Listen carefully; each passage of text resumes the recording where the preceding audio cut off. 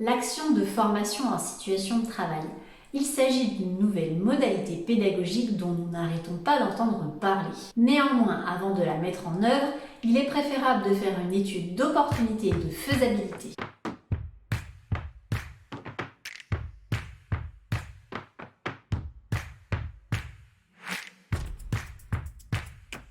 Bonjour à tous et bienvenue dans cette nouvelle vidéo où nous allons parler de l'action de formation en situation de travail, l'AFEST. Et nous allons voir quels sont les critères à prendre en compte pour faire une étude de faisabilité. Cette étude de faisabilité permet d'identifier si l'organisation a les ressources pour mettre en œuvre donc l'AFEST. Dans un premier temps, est-ce que la direction aujourd'hui est partie prenante de ce projet? Si vous êtes responsable formation ou responsable de développement des compétences dans votre organisation, ne déployez pas cette modalité sans l'aval et sans le soutien de votre direction. En effet, la mise en œuvre de l'AFEST demande une réorganisation des activités.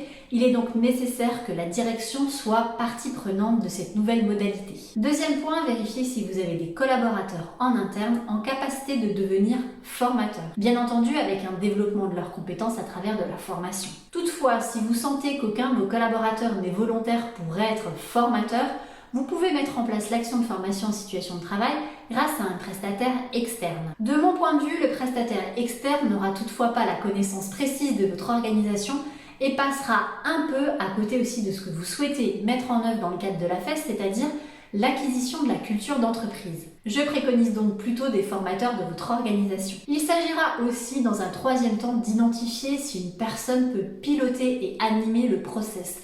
En effet, il ne s'agit pas simplement de dire que vous souhaitez mettre en œuvre cette modalité, il faudra par la suite piloter et animer donc la mise en œuvre donc de cette nouvelle modalité. Dans le cadre de l'AFEST, il faudra aussi identifier si le cadre de travail permet la mise en œuvre donc de cette modalité. Le premier point, est-ce que vous pouvez adapter vos situations de production? Un des leviers de l'AFEST est la capacité à avoir le droit à l'erreur, mais aussi à ne pas courir après le temps. On est sur des phases d'apprentissage et non des phases de production. Il faudra donc anticiper la cadence de production et aussi la capacité à l'apprenant d'avoir le droit à l'erreur. Si vous ne pouvez pas permettre le droit à l'erreur dans votre organisation, vous ne pourrez pas déployer l'AFEST. Vous pourriez alors peut-être faire de la formation interne, mais non pas sous la modalité pédagogique de l'AFEST. Dans le cadre de l'étude de faisabilité, je vous préconise aussi le calcul de perte de productivité et le calcul de perte de matériaux.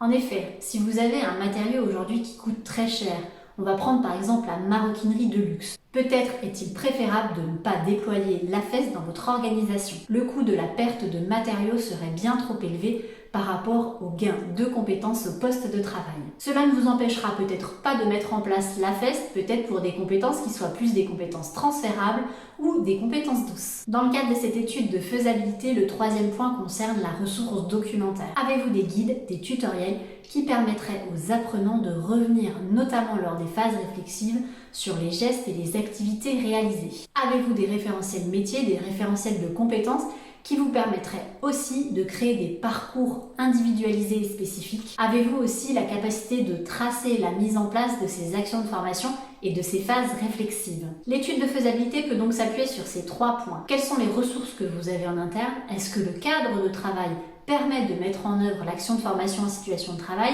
Et pour finir, quelles sont les ressources documentaires dont vous bénéficiez déjà? Je vous laisse donc mener votre étude de faisabilité dans la mise en œuvre de l'AFEST et je vous dis à très vite pour une nouvelle vidéo.